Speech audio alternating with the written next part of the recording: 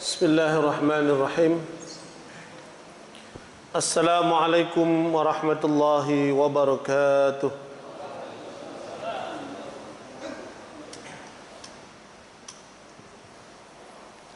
Alhamdulillahi rabbil alamin. Arsala rasulahu bil huda wa dinil haqq liyuzhirahu 'ala ad-din kullih wa kafa billahi shahida. أشهد أن لا إله إلا الله وحده لا شريك له إقرارا به وتوحيدا وأشهد أن محمدا عبده ورسوله لا نبي بعده اللهم صل وسلم وبارك على نبينا محمد وعلى آله وأصحابه أجمعين ومن تبعهم بإحسان إلى يوم الدين أما بعد فيا أيها الحاضرون إخوانا في الدين أعزاني الله وإياكم. Kita lanjutkan pembahasan kitab Al-Adabul Mufrad, yaitu hadis atau bab yang ke-83. Benar enggak ya? Benar. Perlakuan buruk terhadap budak. Jadi kita masih membahas tentang wa ma malakat aymanukum, tentang budak-budak di antara kalian. Dan di sini hadis ini berbicara tentang perlakuan buruk terhadap budak. Hadis 159. Haddatsana Abdullah ibn Salih, telah menceritakan kepada kami Abdullah bin Salih. Qala, ia berkata, haddatsani Muawiyah ibn Salih, telah menceritakan kepadaku Muawiyah bin Salih an Abdurrahman ibn Jubair ibn Nufair, dari Abdurrahman bin Jubair bin Nufair, an abihi, dari bapaknya. Siapa bapaknya ini? Abdurrahman bin Jubair bin Nufair. Bapaknya siapa? Jubair bin Nufair. Itu Jubair bin Nufair, itu bapaknya. An Abi Darda, dari Abu Darda radhiyallahu an, annahu kana yaqulu lin-nasi, bahwa ia berkata kepada orang-orang, nahnu a'rafu bikum min bayatirati bid-dawabi, kami lebih mengetahui kondisi kalian daripada dokter hewan akan kondisi hewan. Abu Darda berkata kepada orang-orang, kami lebih mengetahui kondisi kalian daripada dokter hewan, bayatirah, biddawabi, terhadap hewan mereka. Qad arafna khiyarukum min syirarikum, kami telah mengetahui yang terbaik dari yang jahat di antara kalian. Amma khiyarukum, adapun orang yang baik di antara kalian, allazi yurja khairahu, allazi yurja khairuhu, adalah orang yang diharapkan kebaikannya. Jadi orang yang baik itu siapa? Orang yang diharapkan kebaikannya, itulah orang baik. Makanya antum tinggal di satu kampung, kebaikan antum diharapkan di kampung itu, berarti antum itu orang baik. Tuh. Manfaat keberadaan antum di situ dirasakan, diharapkan dan dirasakan oleh orang kampung itu. Itulah orang baik. Itulah orang yang bermanfaat. Tuh. Gak usah contoh yang jelimet, yang sederhana saja. Antum di kampung itu ngajari ngaji anak-anak tetangga 1-2 orang. Ya, antum kan sudah ngaji di sini sama Syekh Rosos. Nah, ilmu antum transfer ke orang-orang di situ, di lingkungan antum atau di kos-kosan lingkungan antum. Maka kebaikan antum dirasakan di situ, berarti antum itu orang baik. Tuh. Wa yu'manu syarruhu, ya, dan keburukannya terjaga, aman. Orang-orang itu aman, keberadaan antum di situ orang-orang aman. Itu loh maknanya. Wa yu'manu, ya, aman dari keburukannya. Ya. Jadi orang baik itu satu, kebaikannya diharapkan, kemudian keburukannya orang merasa aman dari keburukannya. Itulah orang baik. Wa amma syirarukum, adapun orang yang jahat di antara kalian, falladzi la yurja khairuhu, adalah orang yang tak diharapkan kebaikannya. Apa yang mau diharapkan? Ya, dia enggak pernah berbuat baik. Apa yang mau diharapkan? Nah, orang sulit mengharapkan kebaikan dia. Ini, keberadaan dia di situ tidak membawa manfaat bagi orang lain, tidak membawa kebaikan bagi orang lain. Nah, ini. Wala yu'manu syarruhu, dan orang tidak aman dari keburukannya. Orang tidak aman dari kejahatannya. Berarti dialah orang yang jahat. Orang ketemu dia mesti takut. Ya, karena dia suka malak misalnya. Preman. Jadi orang ketemu dia malas sudah, menghindar. Nah, ini berarti dia orang jahat. Wala yu'taku muharrarahu, serta budaknya tidak dibebaskan. Jadi orang jahat itu termasuk kategori di dalamnya, dia tidak mau membebaskan budaknya. Ini pelengkapnya, ya. Intinya pertama, kebaikannya tidak bisa diharapkan, ya. Kebaikannya tak bisa diharapkan, dan orang tidak aman dari keburukannya. Serta tambahannya dia tak membebaskan budak. Itulah yang disebut dengan orang yang jahat. Makanya Rasulullah sallallahu alaihi wasallam, ya, beliau pernah menyampaikan kepada para sahabat tentang siapakah calon penghuni surga, siapakah calon penghuni neraka. Itu sudah ada catatannya di Lauhul Mahfuz. Termasuk yang hadir di sini di majelis ini. Apakah kita termasuk ahli surga atau ahli neraka? Ya, sudah ada catatannya semua. Sudah ada daftarnya. Karena demikian para sahabat, mereka lalu mengatakan, kalau begitu kita kan tidak usah beramal ya Rasulullah. Kita pasrah saja dengan catatan-catatan kita.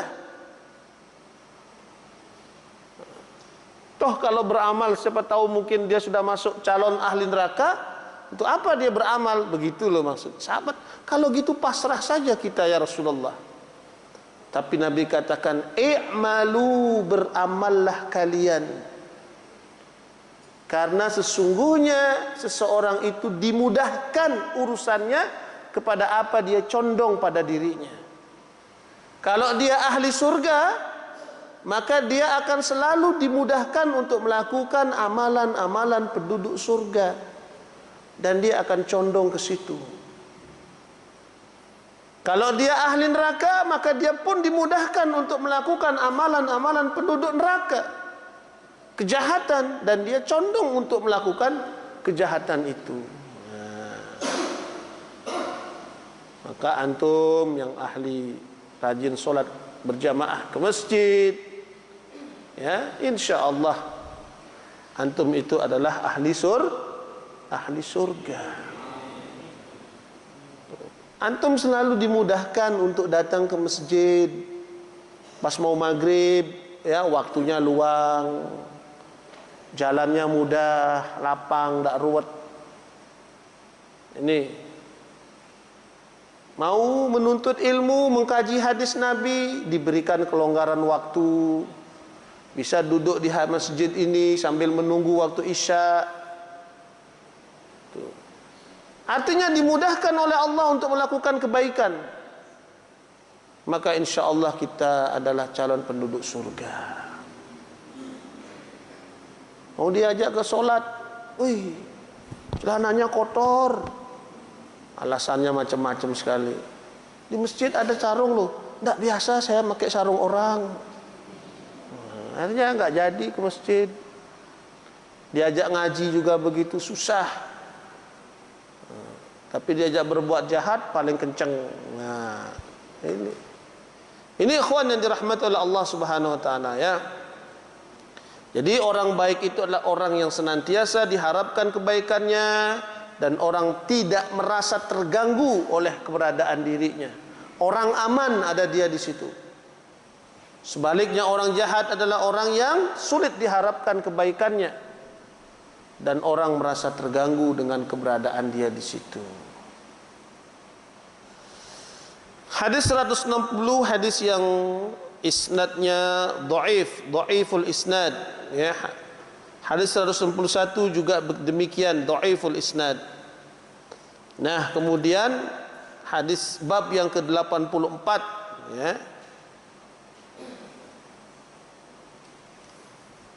yaitu menjual budak Arab Badui, ya, menjual budak Arab Badui. Ini bagus hadis ini, bagus sekali hadis ini. Kita bisa banyak dapat pelajaran di sini, ya. Hadis nomor 162.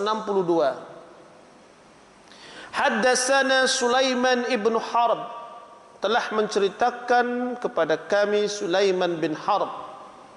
Qala, ia berkata, haddatsana Hammad ibn Zaid, telah menceritakan kepada kami Hammad bin Zaid. Ini mumpung saya masih ingat, ya, mumpung saya ingat, kebetulan sini kan udah nggak ada karpet, ya. Yang punya sorban di rumah itu bawa ke masjid. Biasakan pakai sorban kayak emas itu tuh. Nah, itu mantep begitu tuh. Mantep itu pakai sorban. Biar belum haji, pakai sorban. Mantep. Pakai sejadah bisa, kan begitu. Ya. Kita lanjut, ya. Qala, ia berkata, haddatsana Hammad bin Zaid, telah menceritakan kepada kami Hammad bin Zaid, an Yahya ibn Sa'id, dari Yahya bin Sa'id, an ibni Amrah, dari ibni Amrah, an Amrah, dari Amrah, ya, anna Aisyah radhiyallahu anha dabbarat amatan laha, bahwa Aisyah ummul mukminin, semoga Allah meridhoinya, ya, memerdekakan salah satu budaknya. Dalam kurung diberi penjelasan kalau dia meninggal. Jadi Aisyah itu mengatakan kepada salah satu budaknya, kalau saya mati atau saya meninggal, kamu bebas sudah, gitu. Kalau saya meninggal, kamu akan bebas, kamu akan merdeka. Begitulah kata Aisyah kepada salah satu budaknya. Fashtakat Aisyatu, lalu kemudian Aisyah sakit, ya. Ummul mukminin sakit. Fas'ala banu akhiha tabiban minaz zutti, lalu kerabat keponakannya, jadi Aisyah nggak punya anak, ya, tapi keponaan dia banyak punya. Dari anak-anak saudaranya, yaitu Asma binti Abu Bakar, ya, ponaannya dia, ponaan beliau banyak. Maka kerabatnya, keponakannya mencarikan seorang tabiban minaz zutti, tabib dari India.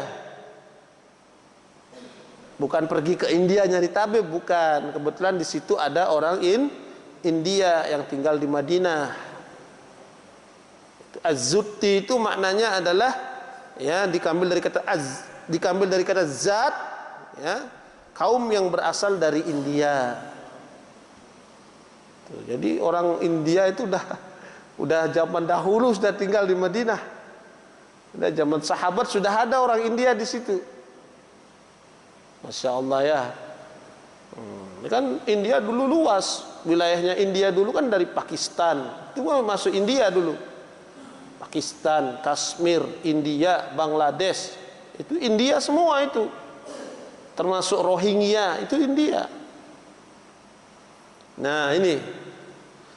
Faqala, lalu tabib itu mengatakan, ya, innakum tukhbiruni an imra'atin mashuratin.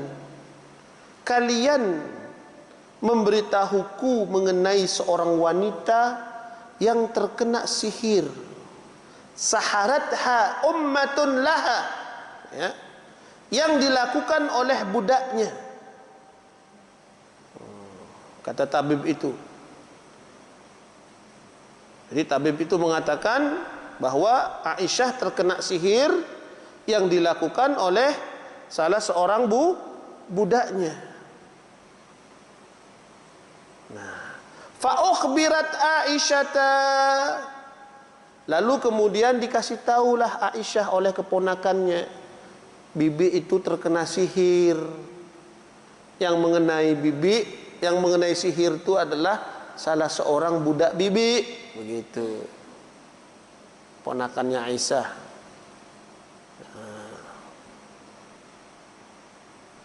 Lalu kemudian Aisyah bertanya kepada budaknya, sahartini, ya, sahartini, engkau menyihirku? Faqalat, budak itu mengatakan, na'am, iya. Faqalat, kata Aisyah, ya, walima, kenapa kamu lakukan ini?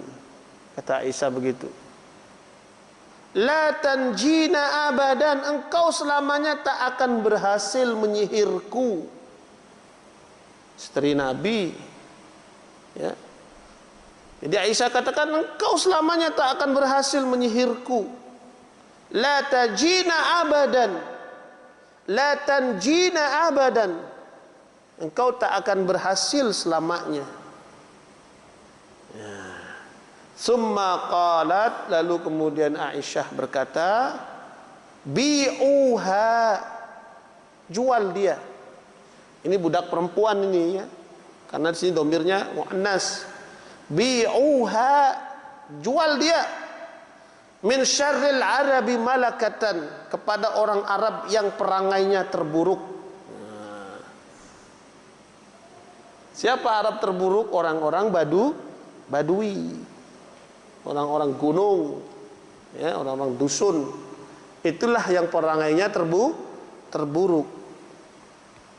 Nah, ikhwan yang dirahmati oleh Allah, rupanya budak ini tergesa-gesa, dia pingin bebas, pingin merdeka, sampai dia harus berkhianat, menyihir Aisyah agar cepat meninggal. Kalau udah meninggal kan dia bebas. Tuh. Dia tergesa-gesa dia. Nah. Padahal Aisyah, ya, beliau sangat berbuat baik kepada budak itu. Tapi justru kebaikan itu mendorong dia untuk melakukan kejahatan karena nggak sabar. Ya, karena dia nggak sabar. Nah, oleh karena itulah Aisyah memerintahkan agar budak tersebut dijual kepada kabilah Arab Badui yang pada umumnya dia bersikap kasar kepada budak-budak mereka. Nah, ini ikhwan, kalau hadis ini, ya, kita kembalikan, misalnya Aisyah ini kan bercerita dia kalau akan meninggal dia akan dimerdekakan. Sama aja halnya kalau bapak meninggal kamu dapat warisan, begitu loh ya. Kalau kita ini, kalau bapak meninggal kamu dapat warisan ini nak, rumah ini dan sebagainya. Tuh. Tapi kalau ada ahli waris yang tidak sabar dia dan ingin cepat menghabisi pewaris, lama sekali meninggal. Akhirnya misalnya ya mungkin bisa jadi bapaknya atau kakeknya, ya dikasihlah dia minuman kopi sianida, begitu, ya, biar cepat mood. Maka pewaris yang seperti ini, ya, tidak berhak dia untuk menjadi ahli waris. Jadi dia disebut al-qatil, orang yang membunuh. Orang yang membunuh itu tidak berhak menjadi ahli waris. Pun demikian orang yang mencoba membunuh. Ada anaknya terlilit utang, bapaknya kaya, banyak punya warisan, ya, gak ada jalan lain kecuali mengambil harta ayahnya. Dicoba dikasih racun sianida, kopi Jessica, kopi apa namanya? Kopi sianida. Nah, dikasih. Rupanya kucingnya yang minum kopi itu, bapaknya gak jadi minum. Nah, ternyata kucingnya mati, diperiksa ke dokter hewan, ternyata minum kopi sianida. Oh, yang bikin anaknya rupanya dia mencoba membunuhku. Maka anak seperti ini juga coret dari ahli waris. Dicoret dari ahli waris oleh bapaknya. Kan dia mencoba untuk membunuh. Tuh ya. Kecuali membunuh dengan tidak sengaja. Beda. Membunuh karena kealpaan. Tuh ya. Ada namanya membunuh tidak sengaja karena kealpaan. Naik mobil sama bapaknya, kecelakaan, meninggal bapaknya. Nah, ini namanya menghilangkan nyawa orang lain tapi tidak sengaja. Dia tak sengaja karena kealpaan, kelalaian dia. Nah, maka itu beda kasusnya. Tuh. Kalau antum perhatikan, ya, ini sebetulnya cocok ini Pak Pardi kasih judul orang-orang yang tidak berhak menjadi ahli waris. Nah, itu judulnya lebih keren. Jangan judulnya kasih budak. Kalau orang budak, karena budak udah nggak ada zaman sekarang. Siapa mereka orang yang tak berhak menjadi ahli waris selain orang yang membunuh pewaris atau mencoba membunuh pewaris? Ada lagi orang-orang yang menggelapkan, memusnahkan, memalsukan, ya, wasiat yang akan meninggal. Ini bisa keluar dari ahli waris dia.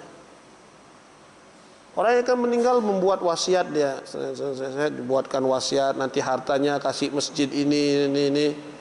Punya anak angkat kasih sekian, misalnya dia buat. Tapi ternyata surat itu dia gelapkan, atau dia musnahkan, atau dia palsukan. Ya, demi bisa menguasai harta bapaknya.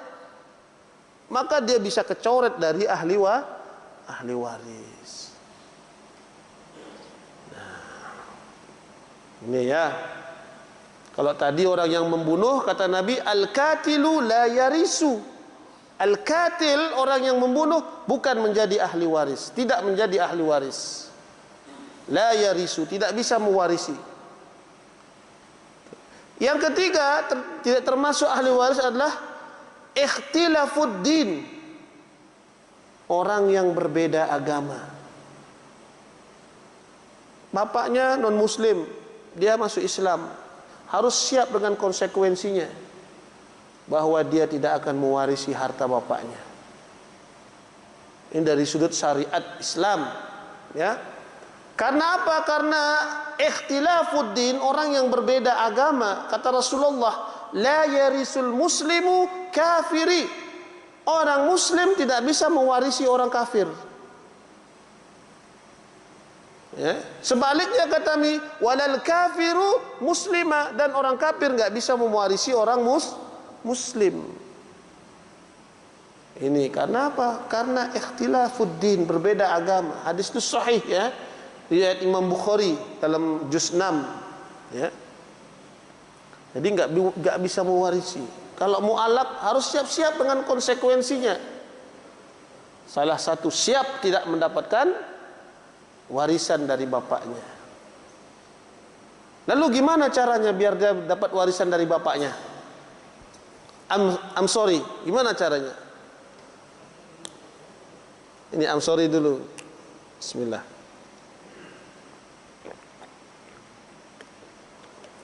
Kalau nggak bisa bilang pas nggak apa-apa. Sudah pas. Cepat kali pasnya. Ya Pak, gimana Pak?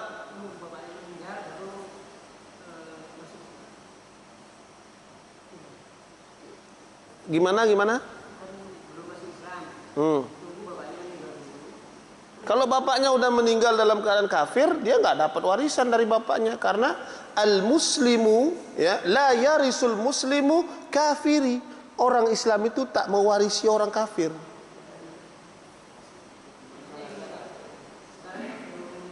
Belum Islam.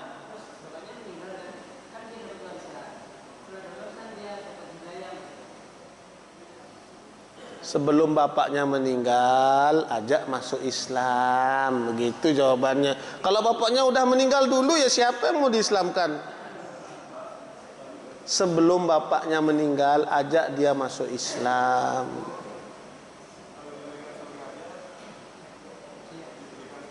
Kalau hadiah ya terima saja, rezeki sampean. Rezeki namanya, rezeki sampean kalau hadiah. Ini kan berbicara tentang hukum waris.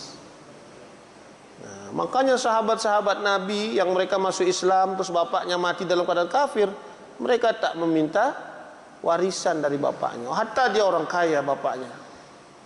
Karena ini konsekuensi. Tuh. Sebaliknya, ya, orang kafir tak mewarisi orang muslim. Ada anaknya murtad, ya. Murtad anaknya, coret sudah langsung, jangan eman-eman. Ada yang murtad anaknya, wa'iyadzubillah, mudah-mudahan Allah jauhkan kita dari yang begitu ya. Coret langsung, jangan lagi gini, udah gak dapat dia. Karena Nabi yang mengatakan seperti itu. Gak usah kasihan lagi udah. Siapa suruh kamu murtad? Gitu. Kalau kamu mau dapat, sini lagi masuk Islam. Dapat kamu, itu kan nama. Nah, yang begini ini sering dienteng-entengkan. Akhirnya orang masuk murtad tuh biasa-biasa saja. Pertama aja dibenci, habis itu punya anak biasa, baik-baik lagi. Ya. Dimong cucunya, dimacem-macemin. Itu harus ditahzir mereka, diboikot untuk memberikan efek jera kepada orang lain atau saudara-saudaranya agar tidak mengikuti jejak saudaranya. Itu diberi efek jera.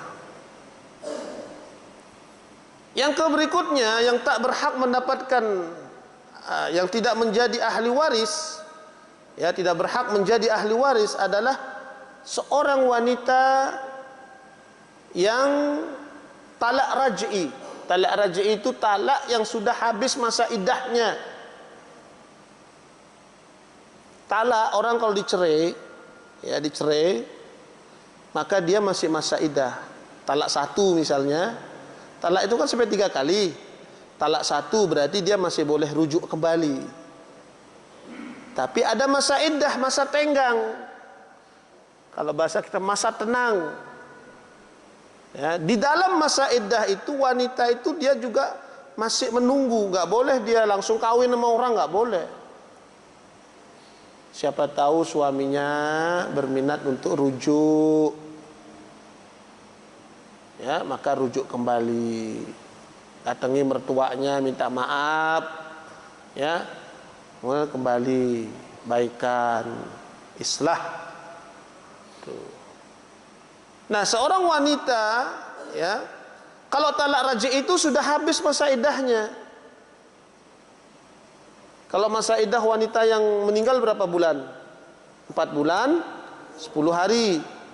Kalau wanita yang dicerai, ditalak, 3 kali haid. Tuh, 3 kali masa suci. Kalau udah 3 kali masa suci, nggak dirujuk kembali sama suaminya, berarti dia telah talak raj'i namanya. Kalau ada orang lain melamar dia, ya udah bismillah. Dan setelah dia talak raj'i, suaminya meninggal, maka dia tak berhak menjadi ahli waris. Kalau sudah masa iddahnya berakhir. Tapi kalau udah dicerai, ditalak, talak 1 misalnya, terus masa iddahnya masih ada, ya belum habis, meninggal suaminya, maka dia berhak menjadi ahli waris. Wanita atau seorang istri yang memiliki anak itu dapat harta waris 1/8 dari harta suaminya. Lumayan loh, 1 miliar bagi 1/8 berapa? 125 juta. Kalau suaminya punya anak. Tapi kalau nggak punya anak, maka naik dia, di-upgrade menjadi 1/4 dari harta suaminya. Berarti berapa? Kalau 1 miliar 250 juta. Lumayan pakai beli mobil pickup, berapa dapat? Terus 250 juta dia dapat. Walaupun dia sudah ditalak, tapi dalam masa iddah. Tuh. Itu namanya talak raj'i. Kemudian yang ketiga, yang kelima ya sekarang, talak 3. Kalau sudah sampai talak 3, Pak, talak pertama, baikan lagi berantem, talak 2, lagi berantem, talak 3. Kalau udah talak 3, udah nggak bisa lagi rujuk. Kalau udah talak 3, tidak bisa lagi rujuk. Maka kemudian suaminya meninggal, dia nggak dapat warisan. Tuh. Bagaimana kalau udah talak 3 mau kawin lagi? Dia kawin dulu. Kalau dia pernah kawin lagi sama orang lain, perempuan itu kawin lagi, kemudian dia cerai, baru boleh dia kawin kembali. Tapi jangan direkayasa loh ya, nggak boleh. Ada orang Pak direkayasa, udah kamu pura-pura aja kawin, terus yang laki dikasih duit, tapi kamu awas tuh ya, awas kamu, jangan diapa-apakan dia. Yang penting di KUA tercatat, habis nikah kamu jangan tidur situ ya, awas kamu. Penting dikasih duit, mau. Ini rekayasa, nggak boleh begini. Berdusta kepada Allah ini namanya. Karena perkawinan itu adalah ya misaqan ghalidha, ikatan yang kokoh, bukan ikatan main-main. Termasuk hati-hati Pak, jangan mudah-mudah disuruh mengawinkan siri. Saya itu berapa kali orang minta nelpon, Pak Ustadz minta tolong, boleh nggak saya ini dikawinkan siri? Nggak mau saya. Konsekuensi hukumnya berat loh, ngawin-ngawinkan siri. Ya kalau kebenaran istri yang dikawin itu status hukumnya dia memang janda misalnya, atau gadis, benar-benar gadis. Tahu-taunya suaminya kerja di Taiwan misalnya, suaminya kerja, terus tahu istrinya dituntut, saya kena nanti. Tuh ya, hati-hati. Termasuk ini Pak nih, biar antum tahu. Dalam surat edaran Mahkamah Agung nomor 13 tahun sekian, poligami liar itu termasuk delik pidana. Tahu maksud poligami liar? Kawin sana di Banyuwangi, kawin, istri pertama nggak pernah dikasih tahu, ya pulang-pulang dia pura-pura nggak kawin, terus dia kulaan lagi, mau kemana Mas? Surabaya dulu kulaan, berangkat sana, kawin lagi di situ sama orang, nikah siri dia. Nah, ini namanya poligami liar.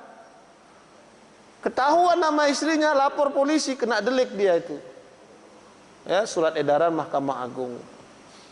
Tuh, jadi hati-hati. Enggak boleh sembarangan. Lalu yang keenam, yang tak berhak menjadi ahli waris itu anak angkat. Anak angkat, walaupun anak itu sudah dibuatkan akte. Binnya dia pakai bapaknya, bapak angkatnya dipakai binnya. Dia buatkan akte misalnya. Mungkin secara pandangan hukum positif nasional, dia secara hukum positif ada aktenya dia sebagai anaknya. Ya, tetapi secara biologis syariat dia tetap bukan anak kandungnya. Dan kalau ada orang tahu, dia bisa laporkan itu. Sebab dalam syariat Islam itu, anak angkat itu walaupun antum dari bayi dia asuh, hakikatnya tetap dia anak angkat, tidak bisa berubah menjadi anak kandung. Dan hati-hati, nggak boleh kita memalsu-malsukan begitu, karena dari sisi pandangan syariat agama termasuk min akbaril kazib, di antara sebesar-besar kebohongan mendustakan bapak. Tuh. Jadi dalam syariat pandangan syariat Islam, anak angkat itu Pak, walaupun dari bayi dia diangkat, misalnya saat menikah, tetap dia binnya itu kepada orang tua kandungnya, bukan kepada orang tua angkatnya, binnya atau bintinya. Dan kalau misalnya wanita dia yang diangkat, terus dia punya orang tua kandung, yang berhak menjadi wali ya orang tua kandungnya, bukan orang tua angkatnya. Tuh. Ini berbeda dengan hukum positif barat. Kalau di barat itu namanya adopsi itu, ya, yang penting sesuai dengan akte, ya sudah selesai urusan. Itu dari sisi hukum barat. Tapi dari sisi hukum Islam tidak bisa. Namanya darah biologis itu sehidup semati dia bawa. Itu darah biologis. Nah, ini, ya, jadi anak angkat tidak berhak menjadi ahli waris. Kalaupun kemudian diberikan hibah, namanya hibah, dihibahkan harta bapaknya, ya, bapak angkatnya, maka maksimal 1/3 dari harta orang tua angkatnya itu. Sudah isya nih. Cepat sekali, padahal masih banyak ini. Anak angkat, anak tiri, itu ya, tidak termasuk auladuz zina, anak zina. Bapak waktu pacaran main, cik, hamil. Udah 3 bulan, 4 bulan baru kawin. Ya. Mak, aku ngambilin anak orang, Mak, gitu ya. Wih, kamu nih blur saja. Akhirnya dikawinkan. Baru 4 bulan kawin udah lahir anaknya. Nah, ini namanya ya auladuz zina. Maka itu bukan bapak kandungnya dari sisi pandangan syariat. Walaupun saya loh yang memang menggituin ibunya itu, bukan orang lain, saya. Tapi dari sisi pandangan syariat agama, dia tetap bukan anak kandungnya. Maka auladuz zina itu hanya berhak mewarisi harta ibunya, bukan harta bapaknya. Makanya ini hati-hati, anak-anak perempuan kita jaga baik-baik, ya. Kalau bisa dinasihati, tidak usah dah kamu pacaran. Kalau kamu sudah sama senang-senang, udah bismillah gitu aja. Berat Pak ngasuh anak perempuan ini. Makanya kan kita sudah bahas tuh jaminannya. Punya anak perempuan 3, anak 2, sampai dia menikah berhasil sukses, surga balasannya. Karena berat, apalagi di akhir zaman seperti sekarang ini. Tuh ya.